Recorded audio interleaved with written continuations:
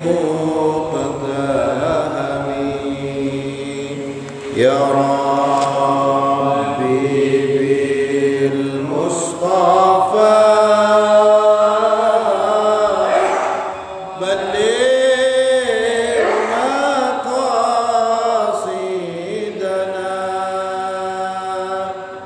واغفر لنا ما مضى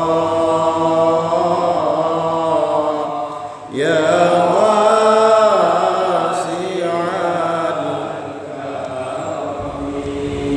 بسم الله الرحمن الرحيم اللهم ارزقنا فهم النبيين وحفظ المرسلين وإلهاما اللهم ارزقنا فهم النبيين وحفظ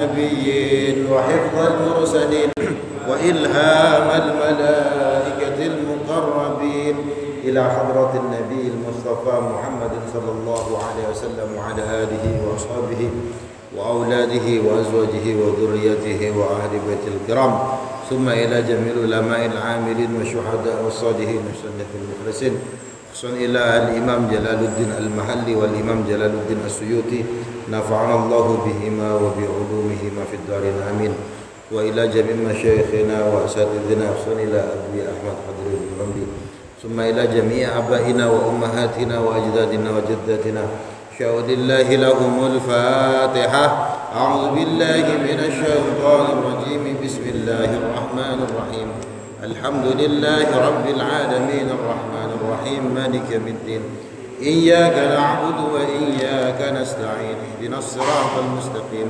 صراط الذين أنعمت عليهم غير المغضوب عليهم ولا الضالين آمين السلام عليكم ورحمة الله وبركاته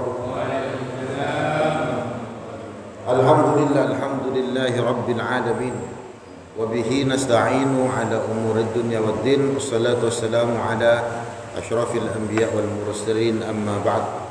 Alhamdulillah kita ditakdirkan oleh Allah Ta'ala ya, untuk kembali termasuk orang-orang yang mengkaji kalamullah, mengkaji Al-Quran melalui apa yang telah ditulis oleh Imam Jalaluddin Al-Mahalli dan Imam Jalaluddin As-Suyuti, yaitu tafsirnya tafsir Al-Jalalain. Kita sudah masuk ke surah An-Nisa. Pada hari ini masuk yang ke juz 5. Allah Subhanahu wa taala berfirman, A'udzu billahi minasyaitonir rajim. Wal muhsanatu minan nisa'i illa ma malakat aymanukum Kitaballahi alaikum wa halalakum ma wara'a dhalikum an tabtaghu bi amwalikum muhsinina ghaira musafihin famastamta'tum bihi minhunna fa'atuhunna ujurahunna faridatan wa la junaha alaikum fima taradaitum bihi min ba'dil faridah innallaha kana aliman hakima. Ini masih lanjutan dengan ayat kemarin ya, tentang siapa saja yang diharamkan, yang haram untuk dinikahi. Kemarin disebut banyak ya. Dari jalur ibu, dari jalur bapak, saudara dan lain sebagainya. Ini masih lanjutannya. Wal muhsanat wa hurrimat alaikum al muhsanat, dan juga diharamkan menikahi. Wa hurrimat alaikum, dan diharamkan kepada kamu al-muhsanat, orang-orang yang sudah menikah, perempuan-perempuan yang sudah menikah, ay dzawatul azwaj, yaitu orang-orang yang punya pasangan, haram untuk dinikahi. Minan nisa, dari kalangan perempuan, haram menikahi perempuan yang masih punya pasangan, yang masih punya suami. Ini pernah terjadi, Pak. Saya di WhatsApp sama orang Semomi ini, nggak tahu sama mana, nggak kenal juga.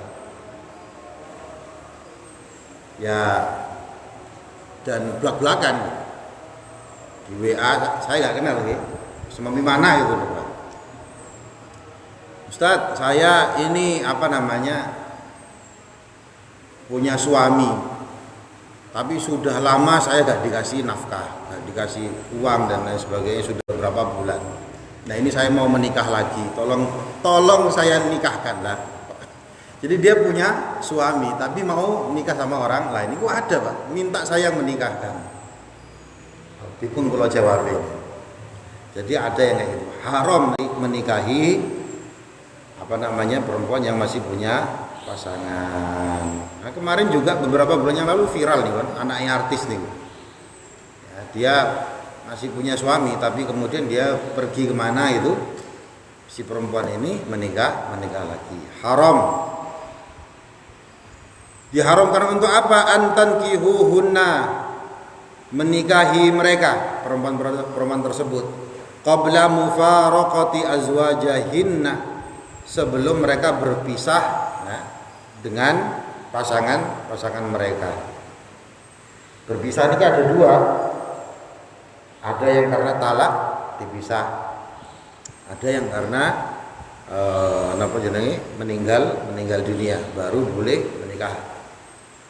Harairu muslimat kunna aula, baik itu perempuan yang merdeka, perempuan muslim yang merdeka, ya, aula atau bukan. Maksudnya yang bukan ini siapa? Budak. Ini ada budak, ya, perempuan, dia punya suami, maka tidak boleh dinikahi. Nah, budak aja nggak boleh, apalagi perempuan muslimah yang merdeka.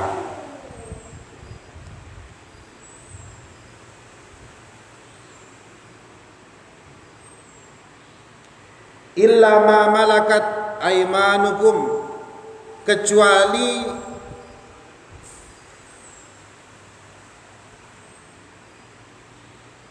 ma malakat, yang kamu miliki, aimanukum, ya, dalam kekuasaanmu. Maksudnya apa ya? Budak ini, budak perempuan. Minal ima jamak dari amatun, budak perempuan. Kecuali budak perempuan bisabi, yang ditawan. Jadi zaman dahulu, nah, pengertian budak itu sih, budak niku orang yang tidak punya kuasa atas dirinya sendiri. Nah, dari mana? Biasanya tawanan perang. Jadi perang, ya, kemudian jadi tawanan.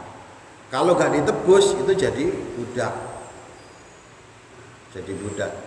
Kalau jadi budak, ya dia seperti properti Pak, seperti properti.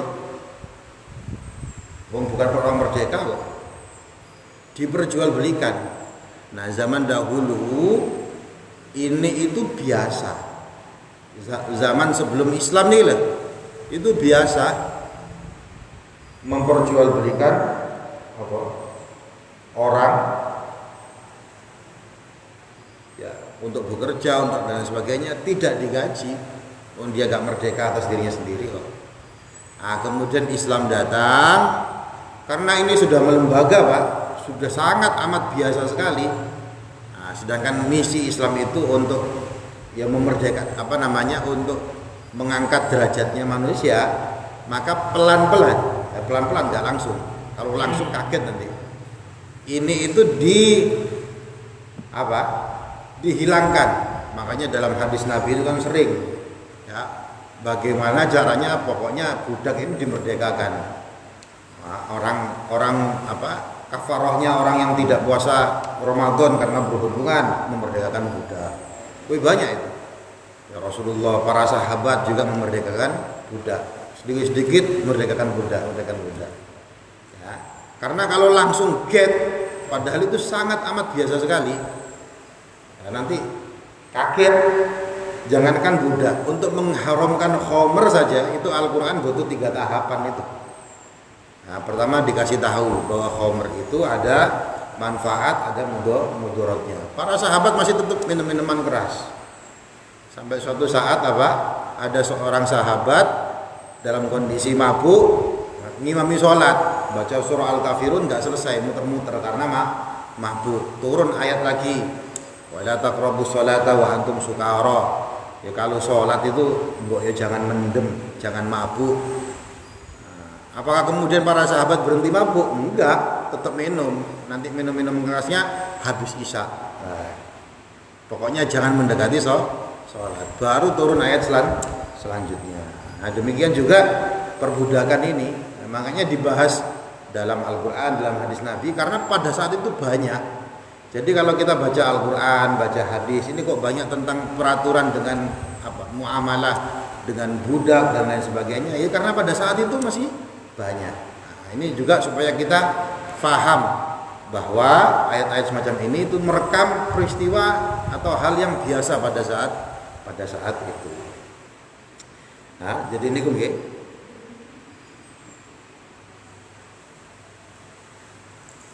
Ya, maka seorang budak perempuan yang ditawan, falakum wat'uhunna, maka kalian wat'uhunna, mewatik mereka. Mewatik ini apa? Ya berhubungan intim. Wa in kana lahunna azwajun, walaupun mereka mempunyai pasangan, fi daril harbi, ya, dalam negeri darul harbi. Jadi dulu itu Pak, dalam konteks fikih itu ada namanya darul harbi, ada darul Islam, ada negeri Islam, ada negeri memang dalam kondisi peperangan, ya, musuh, negara musuh. Nah ini kalau ada perempuan jadi tawanan perang, walaupun di negaranya dia masih punya suami, boleh ba'dal istibra', tetapi ba'dal istibra', ya, hukum pada saat itu. Sekarang nggak bisa nih Pak, nggak ada budak. Ba'dal istibra', setelah suci. Apa istibra' itu? Jadi lihat konteksnya, okay? Kalau konteksnya berhubungan intim, ya budak yang berhubungan intim, istibra' berarti setelah suci dari haid. Nah, kalau konteksnya fikih yang sering dibahas lagi istibra' niku napa? Kalau sampai kencing, ya kencing itu disarankan untuk istibra', terutama untuk yang sudah tua-tua niki. Apa itu istibra'? Untuk menekankan bahwa sampean itu betul-betul sudah tuntas, itu namanya istibra'. Kan kencing, ya. Sudah selesai, baru 1 langkah, 3 langkah, kok kemudian curut ada yang keluar sedikit rasanya. Nah, gitu kan. Itu najis. Maka sebab itu ketika setelah kencing itu sampai istibra'. Caranya macam-macam, boleh berdehem. Nah, itu supaya tuntas atau dipelurut, ya. Maaf ya, dipelurut supaya tuntas. Ya, atau setelah dicebokin gitu masih jalan beberapa langkah atau gimana lah caranya, nah, supaya benar-benar tuntas. Kalau sudah betul-betul tuntas baru diistinjai atau dibersihkan, disucikan. Nah, ini istibra' namanya, ya.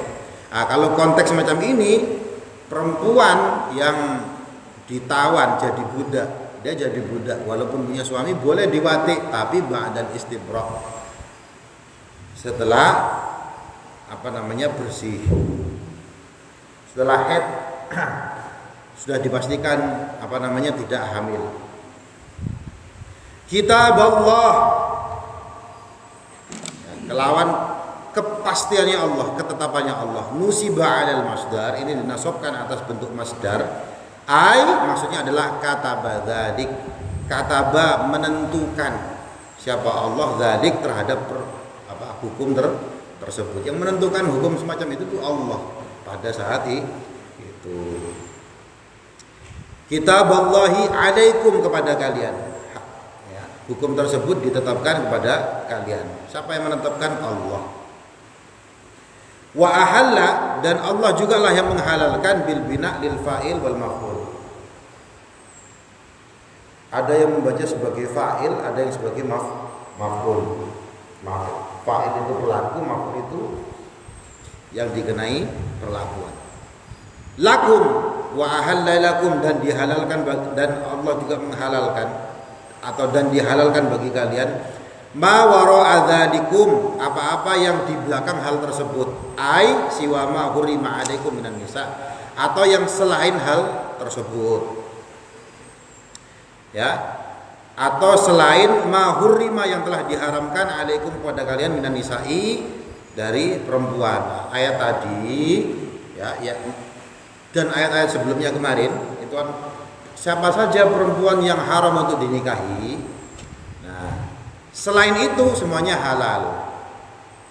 Selain itu semuanya halal bagi kalian. Antabtabu, nah, kamu berusaha, tatlubu an-nisa, mencari perempuan, bi amwalikum, ya, dengan harta kalian.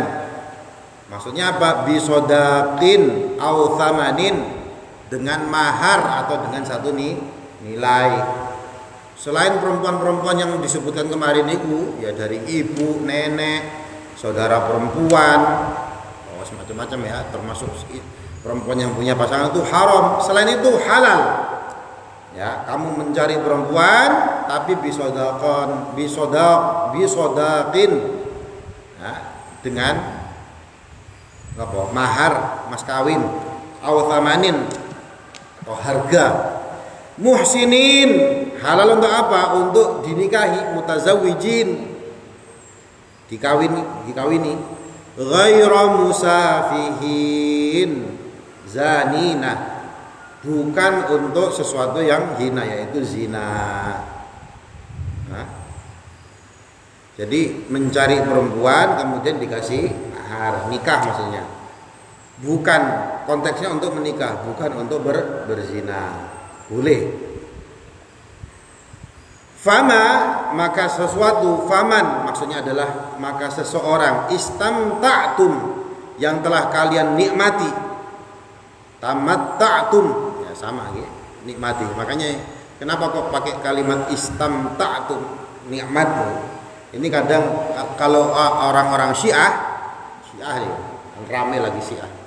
Nah, Syiah ini kan mazhab yang boleh menikah nikah mut'ah. Salah satu dalilnya yang niki. Mereka ya, kalau kita haram, nikah mut'ah haram. Apabila kamu telah menikmati, ya, maksudnya berhubungan intim, sudah menikah, ya, untuk menikahi, bihi minhunna, ya, dari perempuan-perempuan tersebut, mimman tazawwajtum bil wat'i, nah, dengan orang yang telah kamu nikahi, dengan perempuan yang kamu telah nikahi bil wat'i, dengan hubungan intim, wati ya, wati, fa'atuhunna, maka datangkanlah kepada mereka atau berikanlah kepada mereka apa? Ujurahunna, upah bagi mereka. Maksudnya apa upah di sini? Maksudnya adalah muhurahunna, mahar untuk mereka. Allati faradtum lahun, yang engkau telah difardukan, engkau telah diwajibkan kepada mereka. Maka wajib pakai mahar. Jadi mau menikah itu ada yang syaratnya apa? Nah, ada lakinya, ada perempuannya, ada maharnya, ada walinya, ada saksinya. Itu nikah. Kalau nikah mut'ah, nah, sekedar sebagai wawasan saja nih. Ya, enten maharnya, gak perlu saksi, gak perlu wali. Ini kalau mazhab Syiah. Ya kalau di mata kita bagaimana? Ya zina, Pak. Laki perempuan mahar. Aku nikahkan diriku dengan batas 1 minggu misalkan. Nah, mut'ah ini kan nikah kontrak. Apa ada di sini? Ada. Di Bogor itu banyak, puncak nih. Saya pernah di Abu Dhabi nih, Pak. Di airport ada orang Arab tanya ke saya, ngobrol. Kemudian saya tanya mau kemana? Mau ke puncak. Ngapain mau ke puncak? Terus takut biaya nikah kontrak. Nah, ya gak paham aku. Ya, jadi ya mungkin orang Syiah atau gimana, gak paham. Jadi ada. Itu salah satu perbedaan kita sebagai ahlu sunnah sama orang-orang Syiah.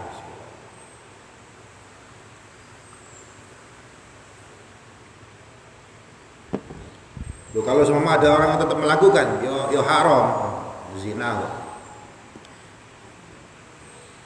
Dulu boleh, zamannya Rasulullah dulu pernah dibolehkan. Makanya ada hadis-hadis tentang mut'ah. Tapi kemudian Rasulullah melarangnya sampai hari kiamat. Hadisnya kayak gitu, tidak boleh. Jadi sempat pernah boleh. Wajib memberikan mahar faridatan sebagai kefarduan, wajib.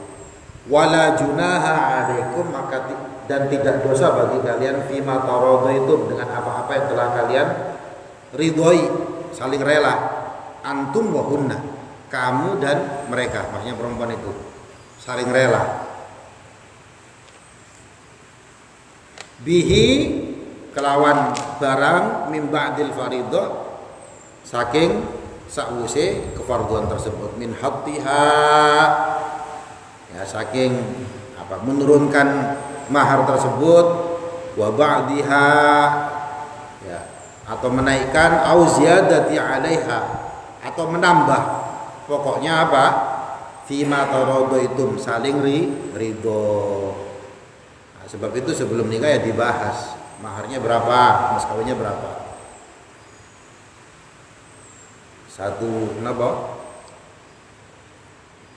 Satu cincin besi misalkan ya.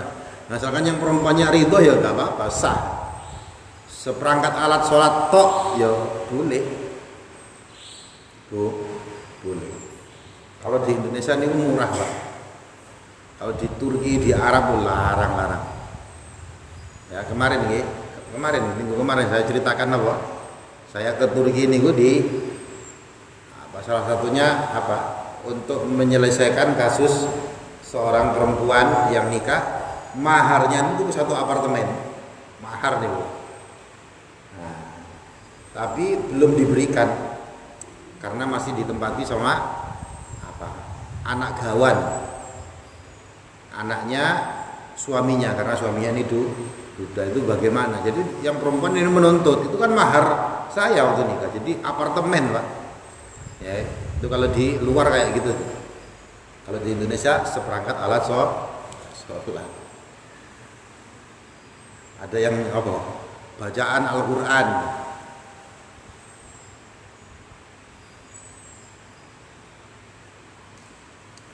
Kalau bagaimana kalau maharnya bacaan Al-Qur'an, itu kan pernah sering gitu kan.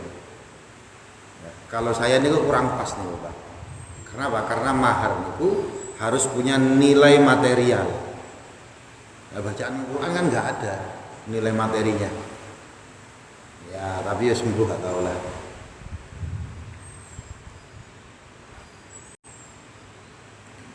Innallaha kana aliman hakima. Innallaha, sesungguhnya Allah, kana, ada siapa Allah itu, aliman, zat yang maha mengetahui, bi khalqihi, dengan makhluknya, hakiman, Allah itu juga zat yang maha bijaksana, fi ma dabbarahu lahum, dengan apa-apa yang terjadi pada atau yang dilakukan oleh makhluk-makhluknya tersebut. Dengan apa-apa yang Allah memerintahkan kepada makhluk-makhluknya tersebut. Allah itu zat yang maha tahu, juga maha bijaksana. Itu semuanya adalah ketentuannya Allah. Wa man lam yastati' minkum qawlan, dan barang siapa yang tidak mampu di antara kalian qawlan, sugih, ghinan, kaya, ya, gak punya kemampuan dalam hal materi untuk menikah, ya. Ayankihal muhsonat, untuk menikahi muhsonat, al-harair, yang merdeka, al-mukminat, yang mukmin. Ya, kamu tidak punya kemampuan dalam hal materi, kurang ya, menikahi perempuan yang mukmin, yang merdeka.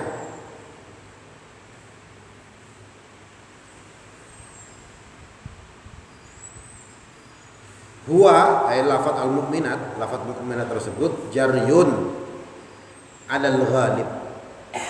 Fala mafhuma lahu. Itu biasa pada zaman dahulu. Fala mafhuma lahu, maka tidak ada pemahaman lain tegas. Kalau tidak mempunyai kemampuan dalam hal tadi ini kecukupan ya, untuk menikahi perempuan mukmin yang merdeka, famin ma malakat aimanukum, maka dari apa yang berada dalam kekuasaanmu, yaitu budak dinikahi.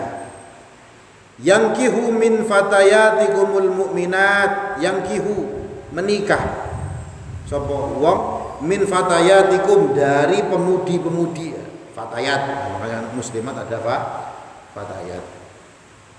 Al mukminat yang mukmin juga ya, budak tapi tetap harus yang mukmin. Wallahu a'lamu bi imanikum, dan Allah itu sungguh Allah itu maha lebih mengetahui bi imanikum dengan iman kalian.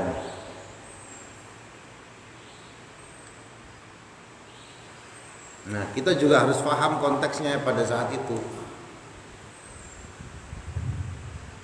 Karena orang menikahi budak, nah, itu dipandang sebelah mata sama orang-orang zaman dahulu. Makanya ayatnya macam itu. Kalau kamu tidak punya kemampuan menikahi perempuan mukmin yang merdeka, ya tidak apa-apa menikahi budak perempuan tapi harus mukmin juga. Itu boleh. Nah, ini dalam rangka apa? Untuk menaikkan budak juga. Ya kalau kamu malu itu karena itu budak, ya dimerdekakan. Jangan jadikan budak. Nah, ini tadi yang saya sampaikan pelan-pelan supaya bagaimana caranya budak ini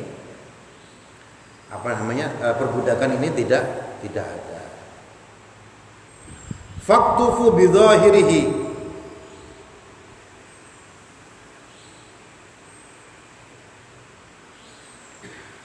karena budak itu kan Pak ya, jelek lah dipandang sebelah mata. Wong dia ya seperti properti, sama majikannya itu boleh diapa-apakan sama majikannya, sama tuannya yang punya.